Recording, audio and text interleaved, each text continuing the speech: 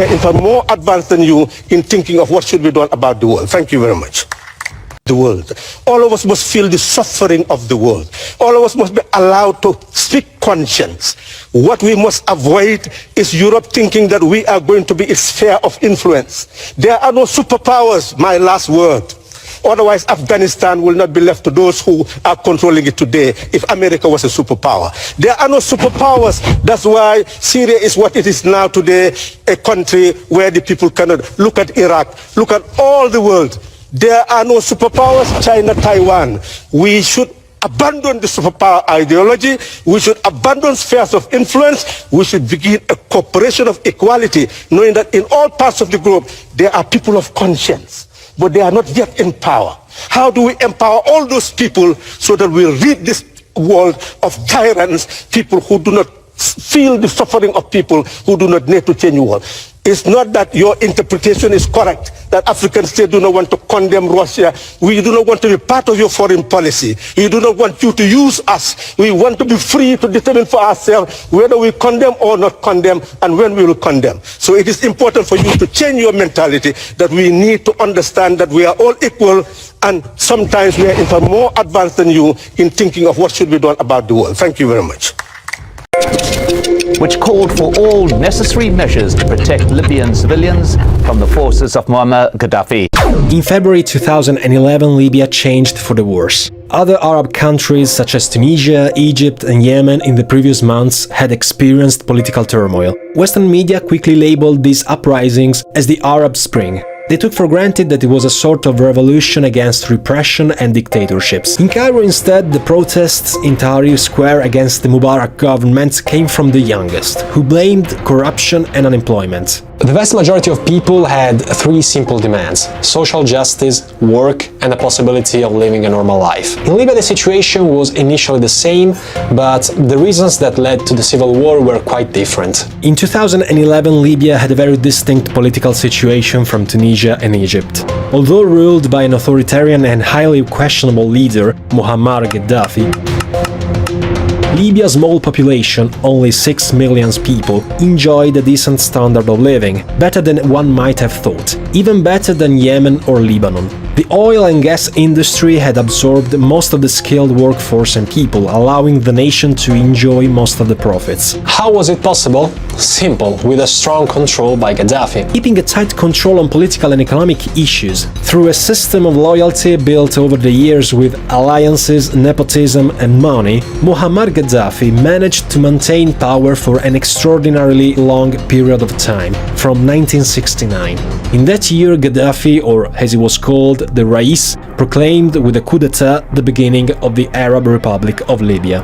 After surviving several attacks by the US in the 80s, Gaddafi gradually normalized his relation with the West, and by the early 2000s he was seen as a tough head of state. Some European leaders even tolerated him with an unwritten pact: you don't give us any trouble with migrants, and we'll just leave you alone. So at that time in Libya there weren't significant riots, and the popular dissent was limited to some extremist elements. Anyway, the Tunisian and Egyptian revolts had convinced one of the Arab Gulf countries, Qatar, that it was possible to overthrow Gaddafi's power from the outside by relying on the help of moderate Islamic forces in Libya.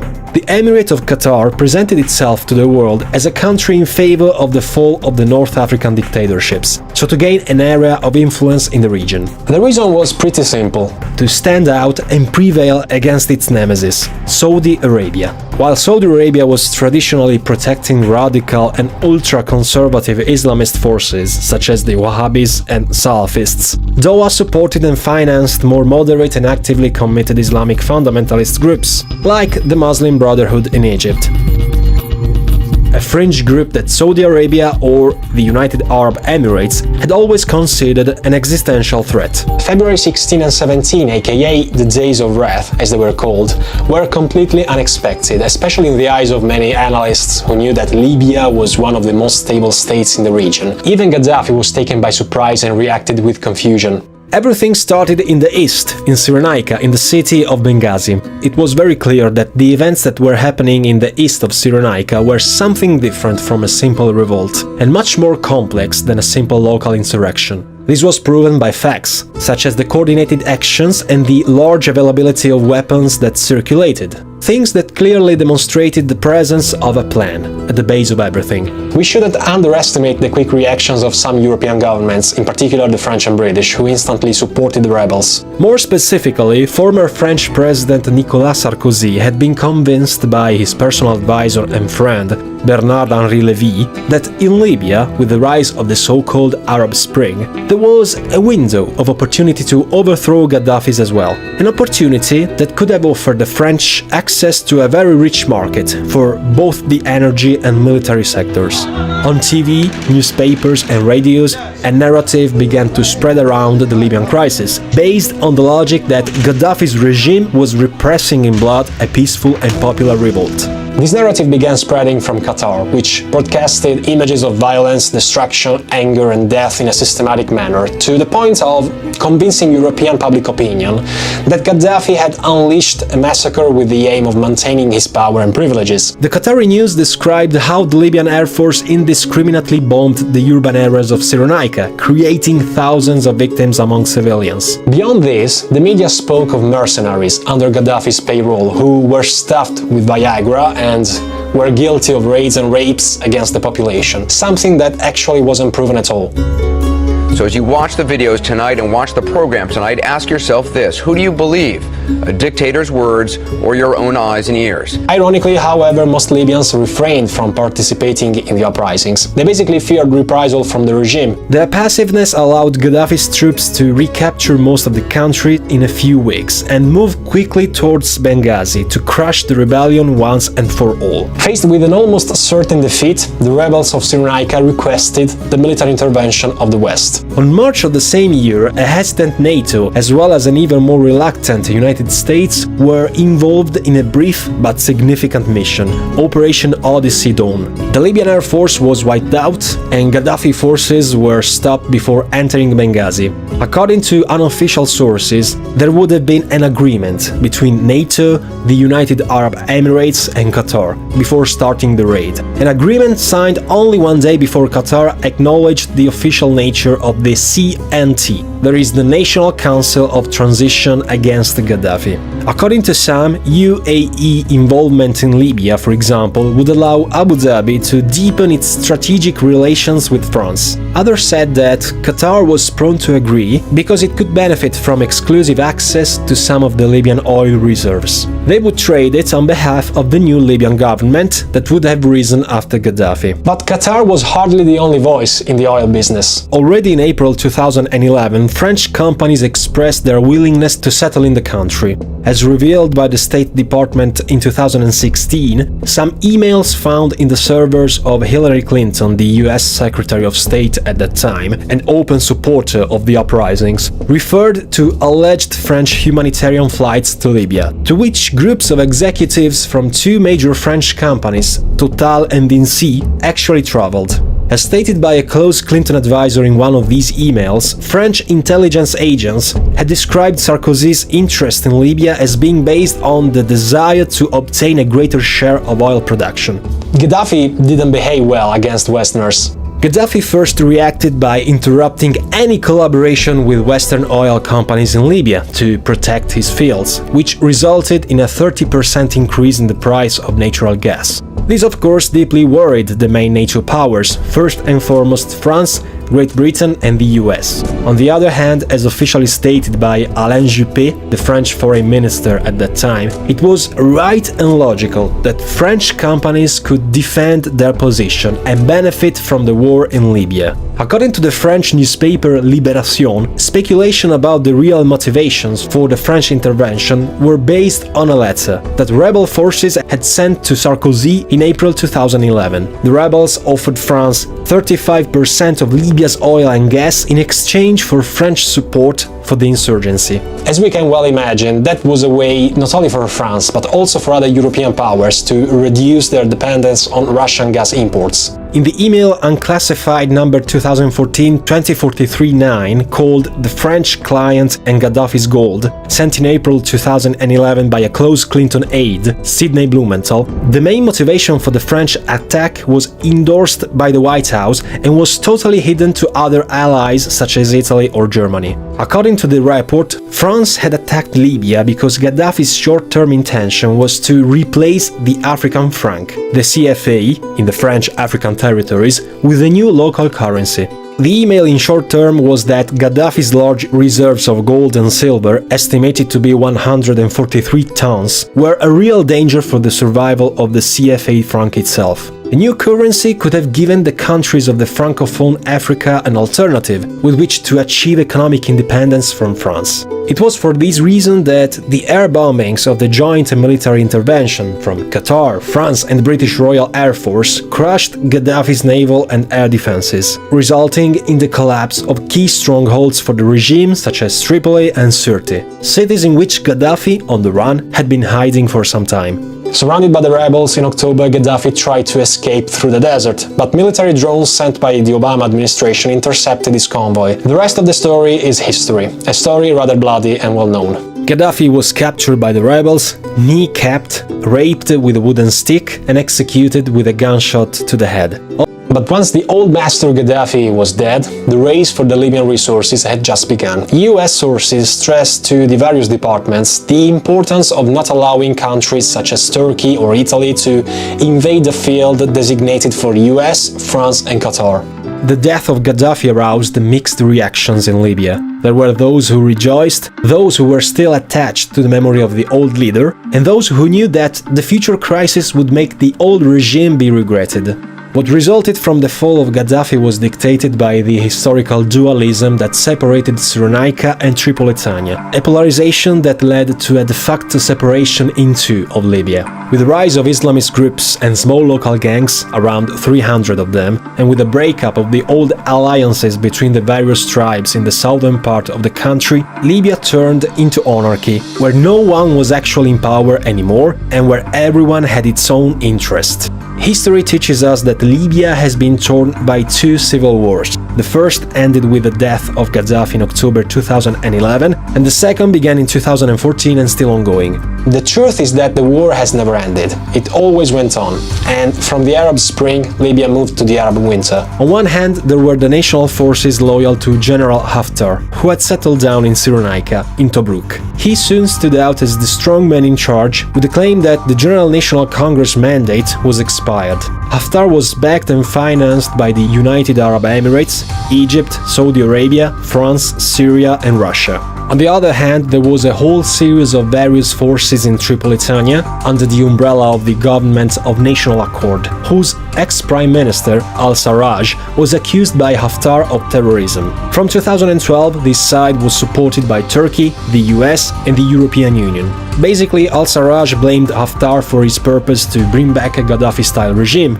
A long stalemate to control the main oil deposit followed the first phase of war, until 2012, when peace talks began with the commitment to stabilize the country. Obviously, terrorist organizations such as ISIS and Al-Qaeda have entered the Libyan chaos, and this didn't make it any easier to solve the conflict. With the demise of Gaddafi, organized crime has taken even greater advantage of weapon trafficking and migratory flows from sub-Saharan Africa to Europe, creating a very profitable business. Prior to the revolution, Libya boasted Africa's largest oil reserves. Oil, which once accounted for 96% of the country's income, is now just a memory. From a peak of at least 1.5 million barrels a day before the war, Libya is now lucky if it can export a quarter of that. Today Libya is in a very serious state. Personally, I can only hope for the best for a nation that geopolitically is fundamental for the stability not only for North Africa, but also for Europe. The old Libyan motto used to be freedom and unity. Well, let's hope again that it will become so again, as soon as possible. Who are the Bilderberg Group, and why do they meet every year? What do they talk about? And why the secrecy? Do they intend to rule the world? So over there, the world power elite are gathering. We all talk about a democracy that isn't there. People want to know what's going on, what we're talking about. A global tyranny that would have made George Orwell wince.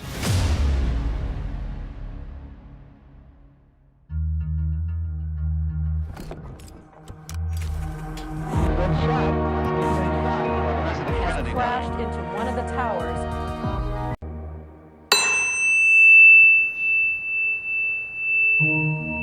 Why is it that for years it was even denied the Bilderberg Group even existed? There are splits among the people who run modern capitalist societies, and so they have meetings. Is the Bilderberg Group the true elite that rules the world? Do they manipulate presidents and economies to their advantage and manipulate us to believe that we have a voice and a choice?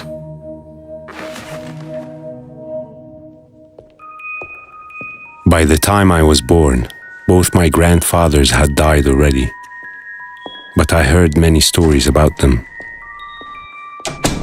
What I gathered from these stories is that I must believe in myself and have principles, and that many times an idea can be more important than one's self. I did believe in myself, and when I moved from the world of economics to the world of theater, I witnessed that dedicated group effort in theater troupes is what makes an idea succeed. I also learned that even though I may sometimes be romantic, I always reject any form of injustice.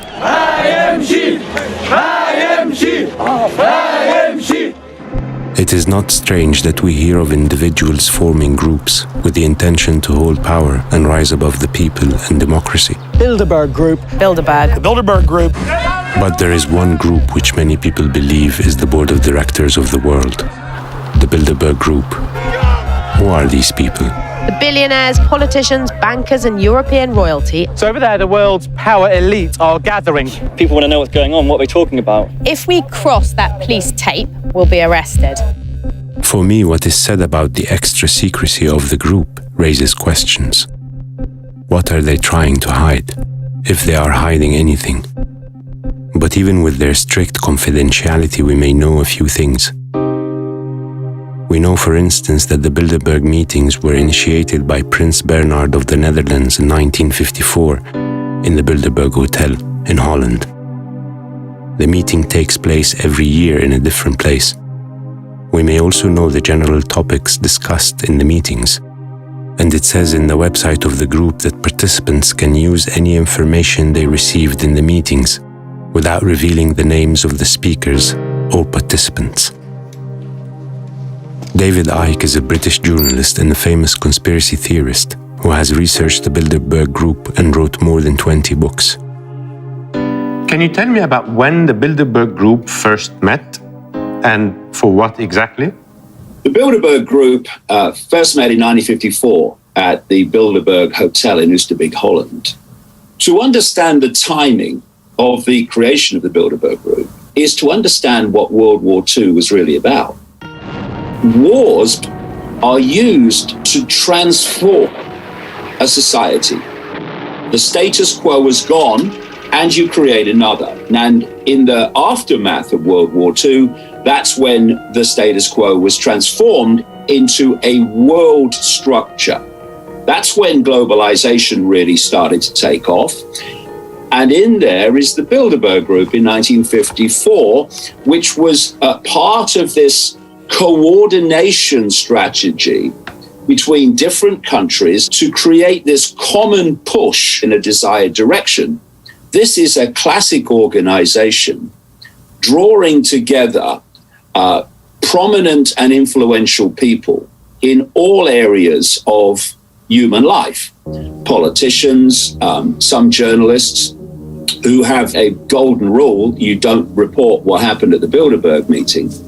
These are military people, intelligence people, many heads of major global corporations. And what the Bilderberg Group is a way of bringing these people together to form a common policy. And many of the people, most of the people that turn up have no idea what the big goal is. And a lot of these people come and go, and are never seen again. They're just useful in a short space of time. But then you have others like David Rockefeller, who has been involved in the Bilderberg Group from the start. Henry Kissinger, the same. These people span the whole period of the group's existence. Couldn't we say that they were or are just some sort of a lobby group that are protecting their interest? A lobby group for what is the question I would have. This is not a lobby group for a certain company, even a lobby group for a certain government. Why is it that for years it was even denied the Bilderberg Group even existed? They are a global elite which work to push human society into the direction of a global tyranny that would have made George Orwell wince.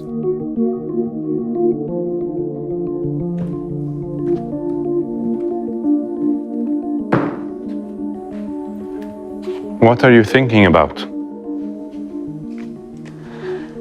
We can't just keep blaming everyone else for everything wrong that's happening in the world. We blame others when we feel powerless. The question is, maybe they're not a secret society and they're just a private one.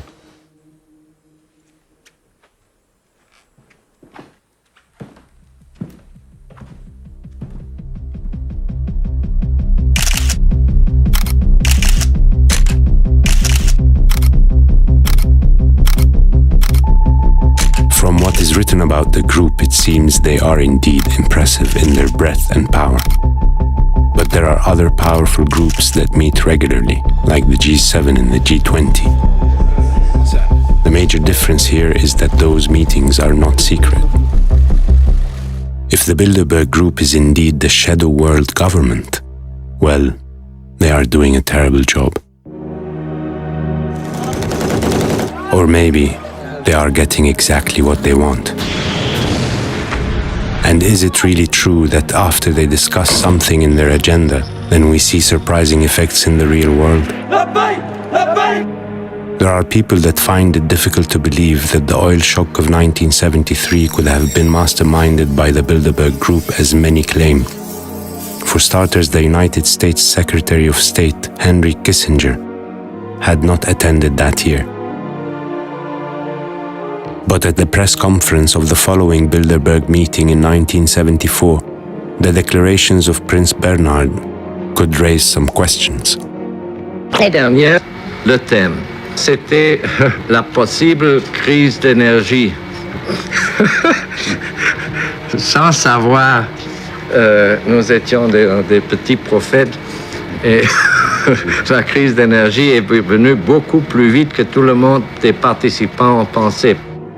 I want to ask the American economist Dr. Richard D. Wolff about the relation between democracy, capital, and the Bilderberg Group. I wanted to talk to you about the Bilderberg Group. Why do you think these people meet regularly? There are splits and disagreements among the people who run modern capitalist societies. And one of the big issues they disagree about is whether or not they really can rely on the capitalist system and the market to manage modern society in a way that allows them to keep their dominant position, their wealth, their influence, and so on. There are those who believe that the market is a fantastic institution, that if each corporation does exactly what is most profitable for it, this will work out to be the best possible society for everyone. Then there are other corporate leaders who say that the levels of inequality common to capitalist societies create severe vulnerability.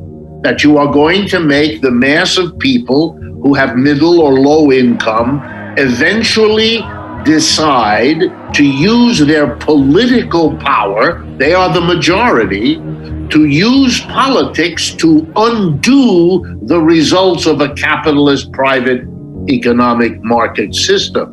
And that therefore you must take steps to deal with that. Notice, everybody's agreed among them that what they want is capitalism to continue. The people to run the corporations continue. But one group doesn't want to worry about taking care of social problems, and the other group does. And so they have meetings because these disagreements can become explosive. Do you think this group uses their capital to overcome democracy and the will of the people? They have no interest in democracy. They never did. And let me explain why. Every one of these people, they operate their enterprises in a fundamentally anti-democratic way.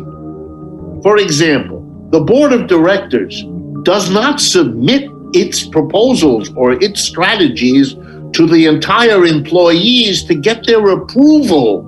That would be a democratic way to run an enterprise. They don't do that.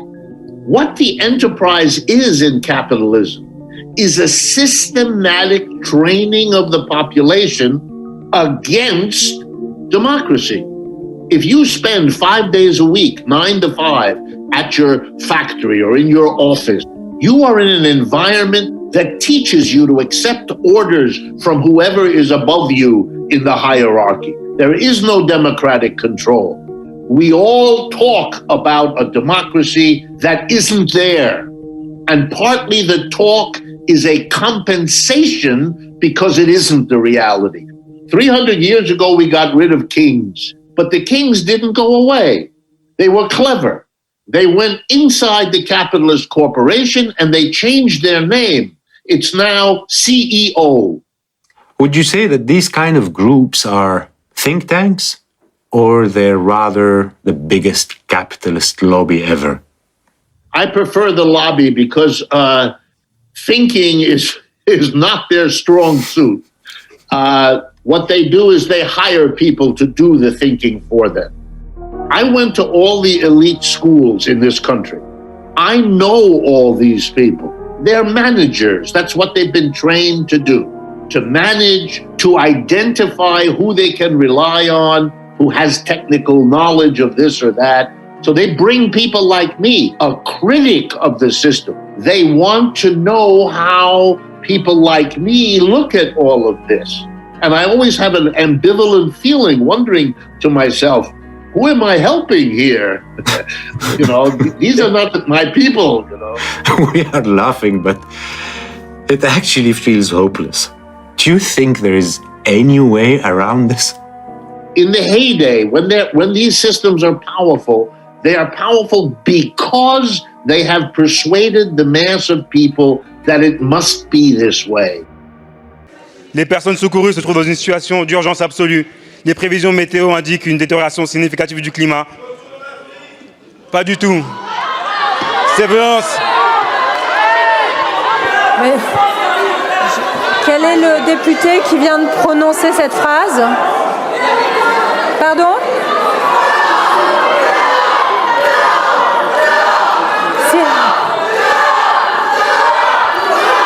Je fais une suspension de séance de 5 minutes. We are in fact more advanced than you in thinking of what should be done about the world. Thank you very much. Coup d'etats are back in Africa, unfortunately, and we are seeing the Sahel region as the epicenter. Countries like Mali have had coup d'etats recently, but also there was an attempted coup d'etat in Niger, and now we have a coup d'etat in Burkina Faso. So this is a very worrying concern, and it shows that democracy is becoming a second place.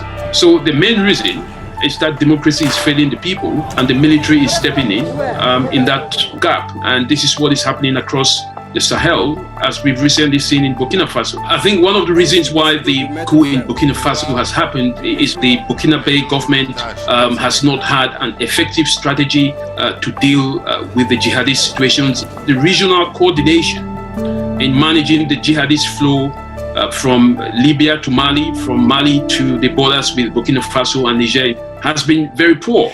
And what we've seen is an increase in the capacity of jihadist groups to continuously occupy ungoverned spaces, within these countries. And that has directly affected the economic situation of these nations. So what we're seeing here is a repeat of what happened in Mali. It is the same thing that is happening in Burkina Faso. One of the biggest challenges of the current increase in coup d'etats is that, for example, the ECOWAS countries that have been impacted much more are experiencing less and less confidence in democratic processes.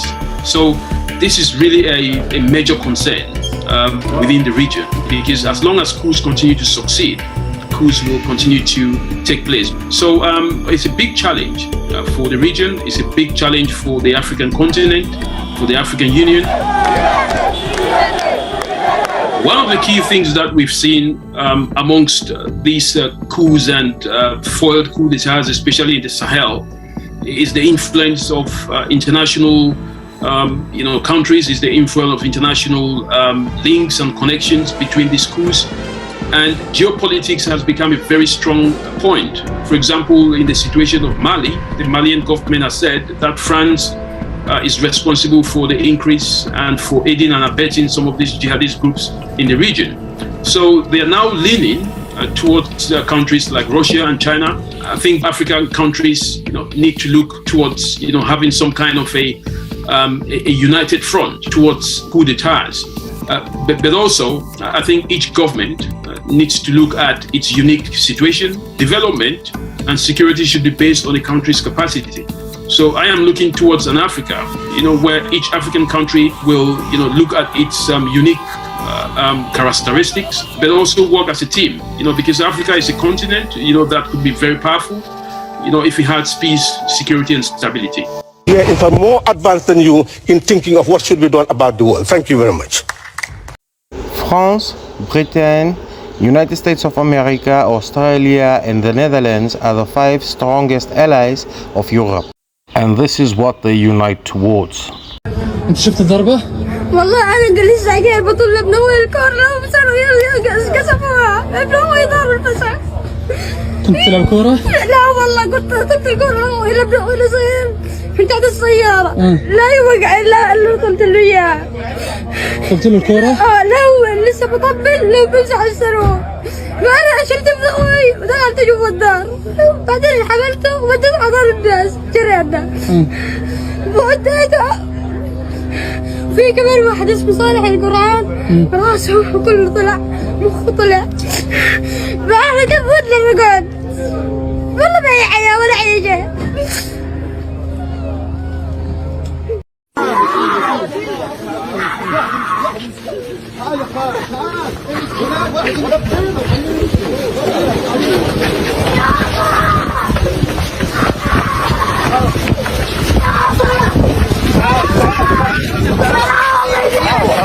الله يزعل عليك يا هلا خليك بس يا الله الله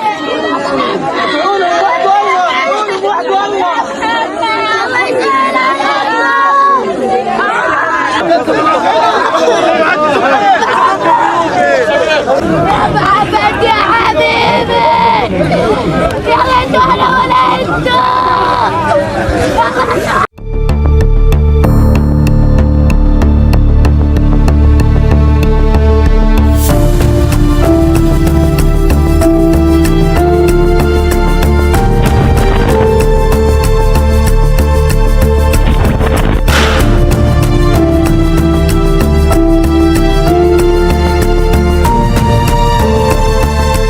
أنا ما شعرت إني تصابت، بس الكزاز السيارة تكسر وأجى علي فالتفت وراي على الولد، إلا الولد مصاب، يعني مصاب ووقع على كرسي السيارة وراه.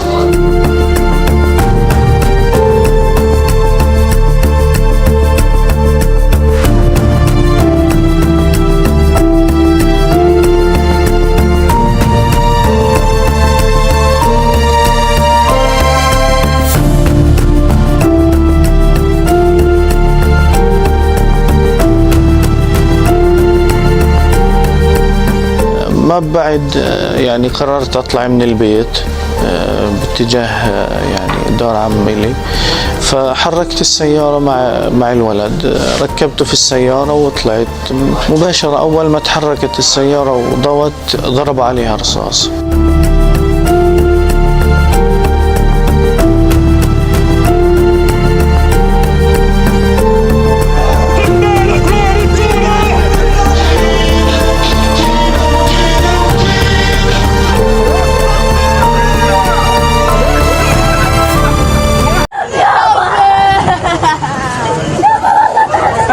الله يا ابو حمزه بعوض الله ولد دحدور ولد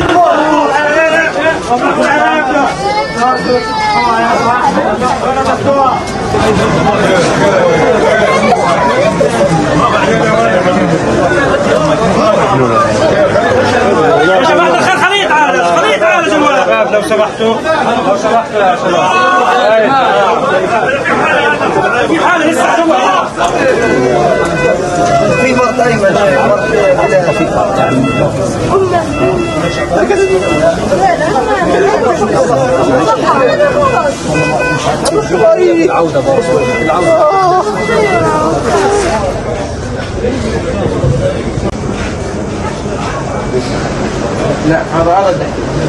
This was very important. As you could see, it's been trepidatious and difficult for us to continue to report on this just because we're not in Israel. Here's the next one. This one is going around, has been shared a bunch of times, shows Israeli police, and it was actually special forces outside of a house, as you could see from their uniforms, not Hamas militants. This was a video that was being passed around of people allegedly going door to door when it was actually police and special forces. You know, even yesterday, I said, based on a report that I saw of a first-hand account from one source, that there had been a music festival. It turns out that is only from one single source, and that this has not been verified, and that the first-hand nature of it has now been questioned. People the best of information, and again we see crazy instances. This is the craziest, one of the craziest ones. Put this up there, please. Where this guy puts out a tweet, says, alleged footage of Hamas keeping children in cages. Why? What purpose does this serve? Are they Israeli hostages? Correction, they were Palestinian children that were being held in cages by Israeli law enforcement and army officials. Yeah, interesting. That one immediately. Ted Cruz shared that kids in cages bullshit. This was days after it had already been widely debunked and like, hey, that's actually Palestinian children and that's not actually from now, and this is totally wildly inaccurate. He still shared it, I think, yesterday. So did he know about it? And I have no idea, but especially be careful when it fits whatever your biased, like pre-existing bias is. When it fits your storyline a little bit too closely, really take a step back and really think about where is this coming from, who's verified it, has it been double verified, etc.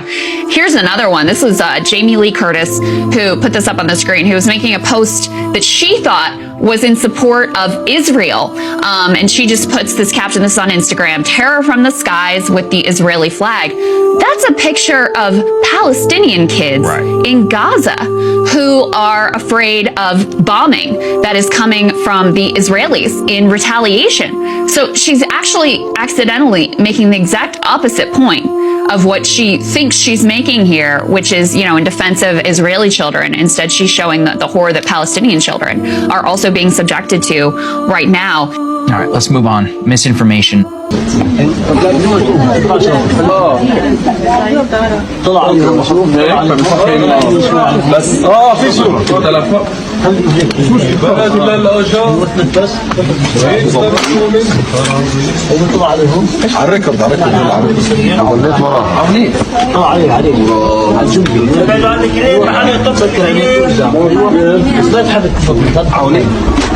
انا اذا بكون قريب خلاص بكون قريب لهون بس التليفون بصفي ببينه. All your armies, all your fighters, all your tanks, and all your soldiers against the boy, holding a stone, standing there, all alone. In his eyes, I see the sun. In his smile, I see the moon. And I only wonder who is weak and who is strong, who is right and who is wrong. And I only wish that the truth has a tongue.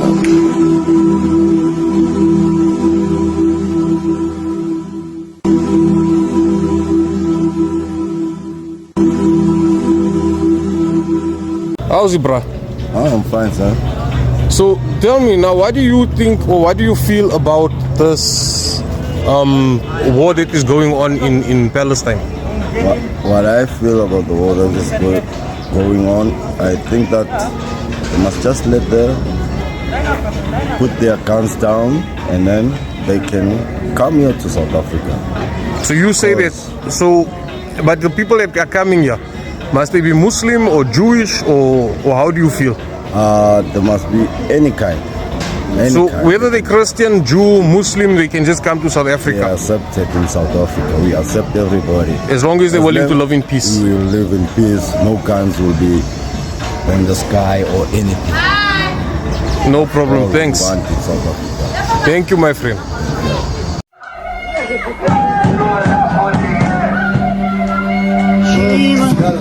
איך זה מרגיש? זה לא לתרופות,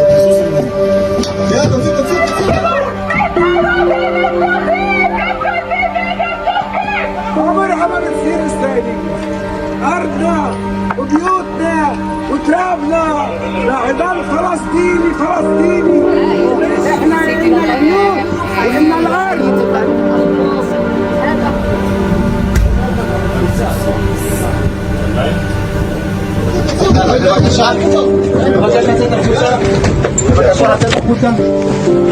كانت عملية بمساعدة الجيش والشرطة، عملية إجرامية، نكبة ثالثة للفلسطينيين.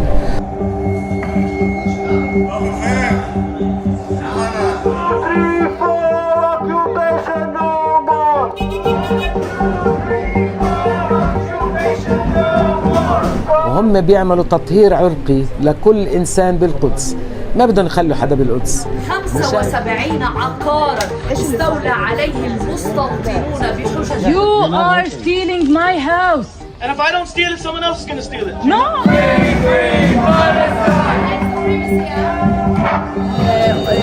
قوات كبيرة من جنود الاحتلال الإسرائيلي اقتحموا منزل حياتنا كلها شنطتها، كل حياة فلسطيني بقلب القدس شنطتها. لا في بيوت إنا بالأجار، لا عنا بيوت ملك ولا عنا بيوت نعاود نروح نقعد فيها. Welcome back. The Truth Commission has the task of investigating gross human rights violations in our past. Some of these violations happen to communities and are hard to investigate as individual human rights violations. Like the forced removal of black people who lived in areas where the National Party government did not want them to be. One such a place was Sophia Town in Johannesburg.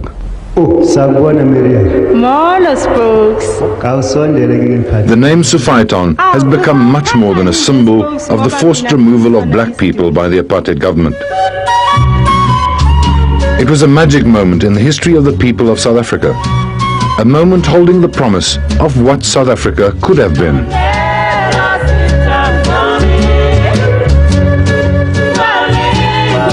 Dance and we used to sit here. My mother was very strict. I couldn't cross the road. I just had to sit there at the stoop and watch. Sometimes I used to feel scared because when they danced, they just went on their, jumped on their tummies like this with nothing on their, bodies and that. Sophia Town was truly a melting pot, a place where musicians, artists, writers, and gangsters combined to create an excitement that is still remembered with nostalgia. People lived as if they were free in a time that white capital and Afrikaner nationalism gathered forces to formalize a most restrictive ideology. Sophiatown was the embryo of an exciting South Africa, culturally and politically. And that was exactly why it had to be destroyed, because it threatened the designs of racial separation and white Calvinist superiority. It was the first black urban experience, which expressed itself. There was a huge new surge of an urban folk who were establishing, I think, a kind of an urban folklore. Your writers of the time, your journalists, your shakers and movers of the place. Sophiatown happened almost by accident. The owner of the farm, Waterval, one H. Dobianski, planned a private leasehold township for low-income white people. He named the development after his wife, Sophia, but he failed to attract white buyers to the area. It became a place where black people could buy land, and they did, alongside Chinese, coloreds, and Indians. As white South Africans rallied to bring the National Party to power in 1948, black South Africans were creating the first truly non-racial society in the country. Sophiatown was a representative of freedom to live with whoever was your neighbor.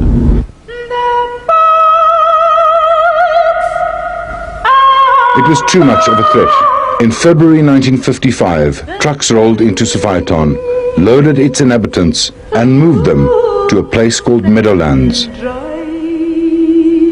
The shocking images of Sophiatown, people just being uprooted and carted away, much against their will, and quite hopelessly, struggling against this thing. The machine of the National Party government at the time was just simply too strong. Sophiatown was razed to the ground, as if to erase the memory of what could have been. And in its place came triumph, victory. The sterile suburban streets that emerged in its place were indeed seen as a triumph for white rule. The spirit of Sophiatown was broken, its people dispersed. But in the life of a nation, 40 years is not that long. And last year, Triumph became Sophiatown again, as South Africans started regaining their dignity. One cannot help but wonder, what would our society have looked like today if the magic of Sophiatown had not been destroyed? It was a fluent kind of living, vibrant community, and I think longing for the kind of freedom that hopefully we're getting into now. That's what made it such a magical place, and I think it'll always hold a place in the imaginations of the people who lived through it, and maybe those who didn't, as we can say it's an original.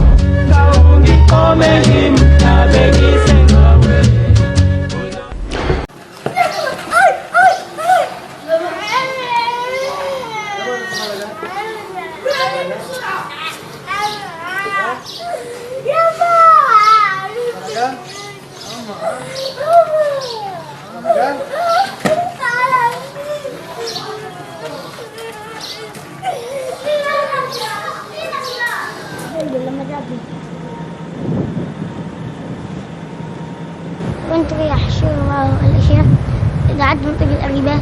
ليه احنا الجندي ما زعطنيش؟ لأنه مرة أجا اتخبى والتاني لف وجهي وضل راجع، وجيت أنا مسكني ضربني ونادى التاني شمتنا شرطة. The law of the country was that we're not allowed to take pictures of anything that the police have done. So I knew I was risking my life. The last picture that I took with this camera is for Hector Peters in June 16, 1976.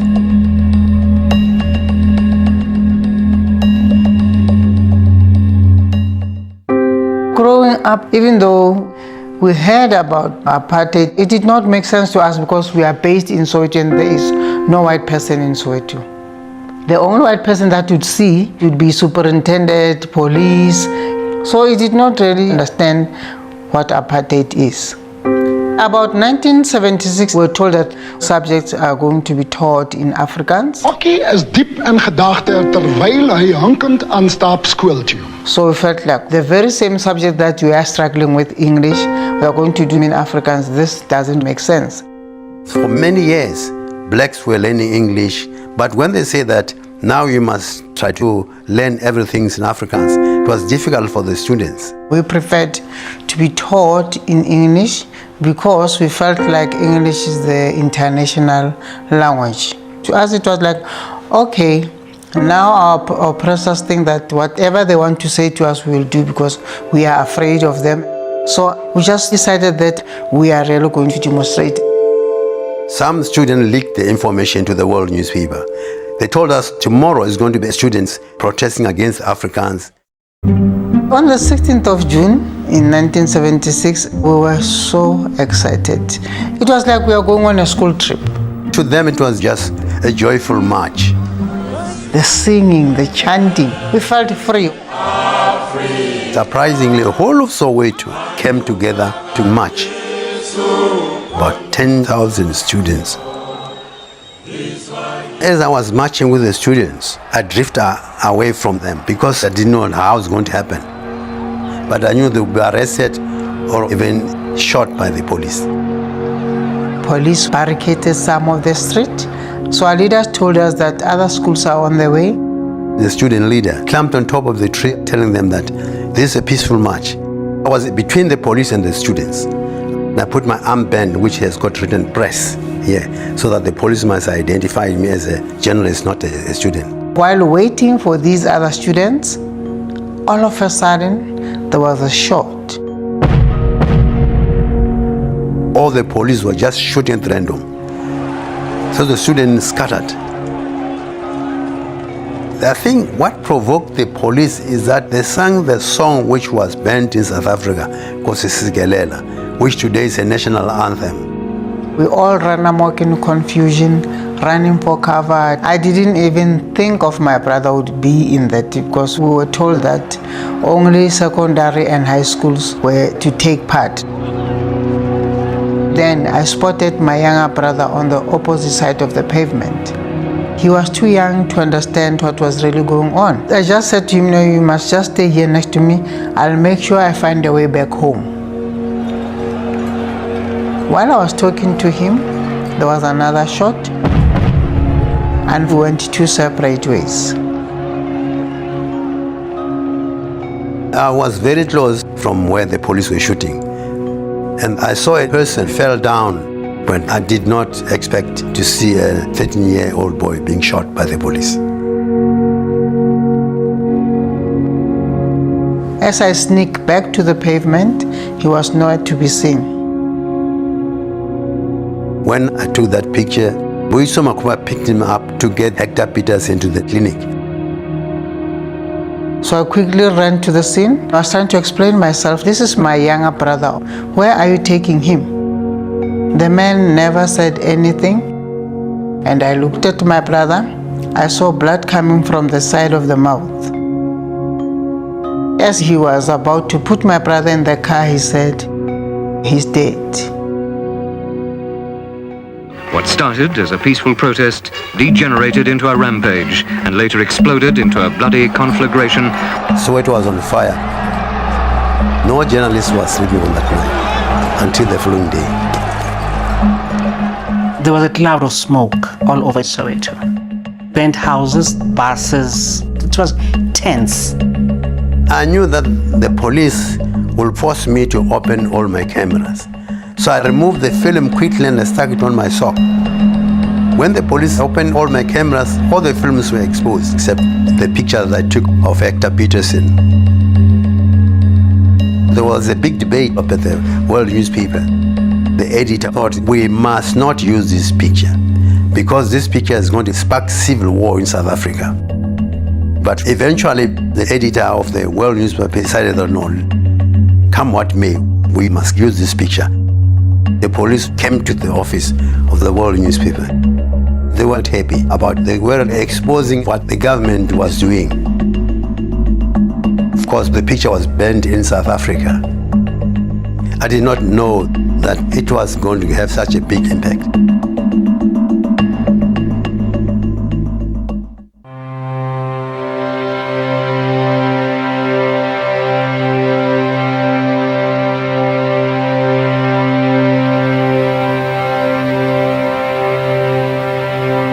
When my brother Mbuisa came back to the house, maybe it was around 9-10 at night, he was hurt, he was confused.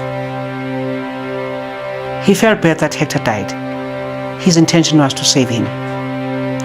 We had to keep on telling him that, look, when a person has to die, they have to die. It's not your fault. But it just changed from that day. He was no longer the Musa that we knew. I think it did something to him that we never understood, and he never shared it with us. The police didn't like that picture. The police said he was posing to show the world what was happening in our country. He couldn't stay at home because if they had found him, they would have arrested him. I think after that he was kind of mentally disturbed.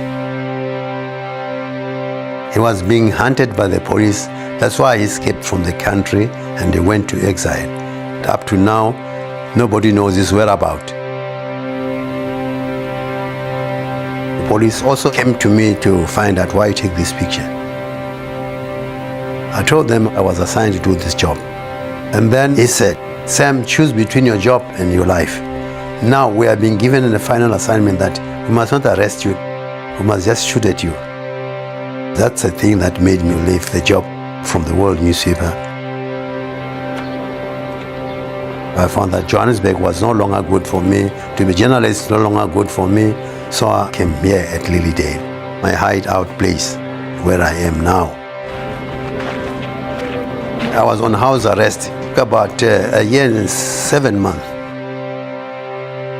During that time, I resigned from the world newspaper. Then after that, they didn't even say that the sentence is over. They just disappeared.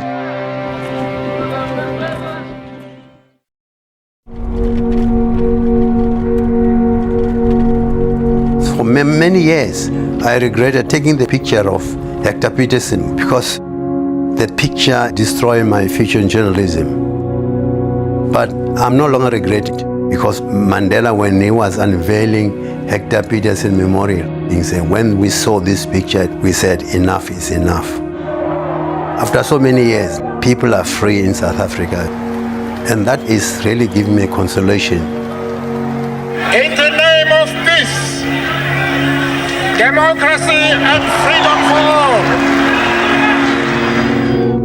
all. When I look at the picture, I cannot remove myself from what happened on the day.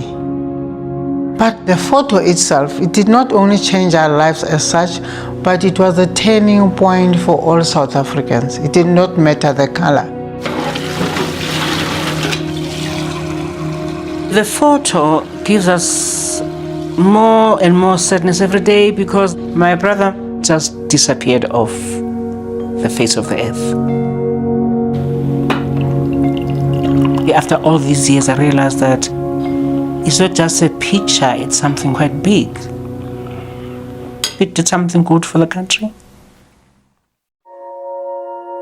We buried my brother on the 3rd of July. The hardest part of it was, why did police open fire? It really did not make sense. Because as we were students, we never had weapons. The photo itself tells it all. Even the youngest were there, they felt like being oppressed is not okay. Look at what happened. Even the youngest was killed. So to me, the picture reflects all those families who had similar incidents, because I know that we were not the only ones.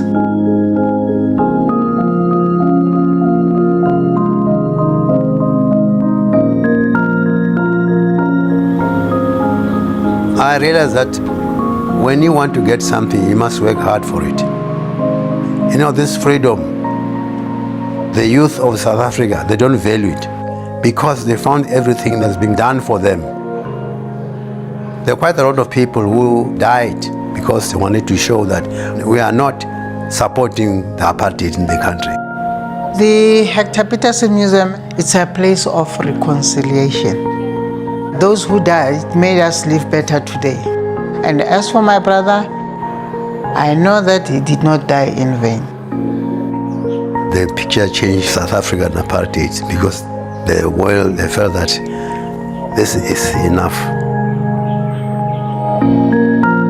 We are in fact more advanced than you in thinking of what should be done about the world. Thank you very much. When we arrived at Kulumburg, do you remember you hung me up? I may have done it, sir. To listen to the victims of human rights abuses, to provide reparation, and to grant amnesty. These were the three main tasks of the Truth and Reconciliation Commission.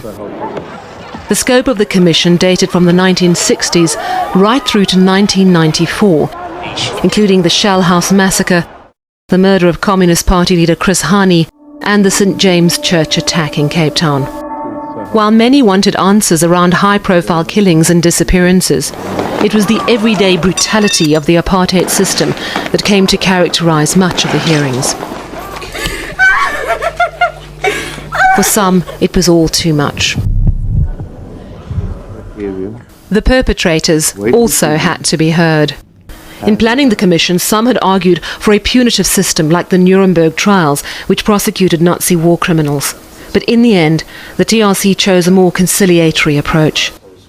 Applicants had to prove their acts were politically motivated and make a full disclosure to receive clemency.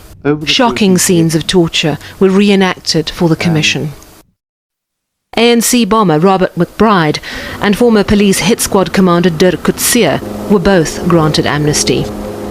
Chris Hani's killers, Janus Vallus and Clive Derby-Lewis, were not. But many chose not to apply for amnesty, among them high-ranking former government officials. Apartheid-era chemical warfare expert Dr. Wouter Basson was one of them. He later went to trial, but the state found insufficient evidence to convict him. The commission formally ended in 2001. Of the more than 7,000 amnesty applications, less than 1,000 were granted. And the matter of reparations continues to be a bone of contention for many victims. While not perfect, the Truth and Reconciliation Commission has been used as a model by other countries seeking reconciliation. As ourselves, wounded healers. In the early 90s, South Africa was responsible for hosting a very successful Truth and Reconciliation Council or Commission. And I believe that if we were to accept Israelis, as in South Africa has to accept Israelis and Palestinians, so that they would be able to set up some sort of a Truth and Reconciliation Commission, whereby amnesty would be given in the same way that it was given. Because to me, I feel that there's a lot of IDF forces out there that are committing suicide when we can actually save their lives by letting them come and speak about what their experiences were and what they had to do. I believe that this would be a way for people to heal and also to be educated on how peace is achievable and it is capable if we were simply to put trust in the system that we put trust into a while before. So I think we can learn from the history of South Africa's past on how peace can be achieved for all that is happening in Palestine and in Israel. A way for people to get over the hurt and the pain, and maybe in doing that we would be able to save some lives in the process as well.